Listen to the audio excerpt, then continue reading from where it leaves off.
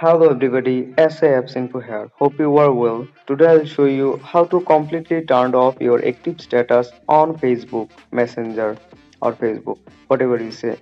So let's start.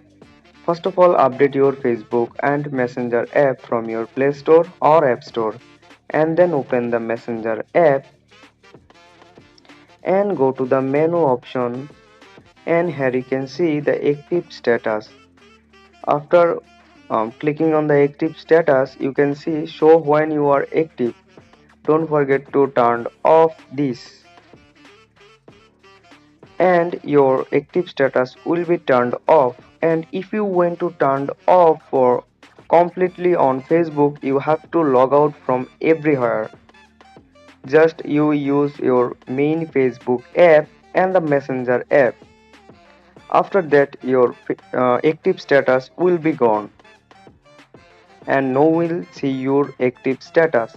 So if you want to turn off your active status, then don't forget to log out from everywhere whatever you logged in. So I hope this helps you. If this helps you, then don't forget to subscribe our channel for more informative videos. See you in the next one. Bye.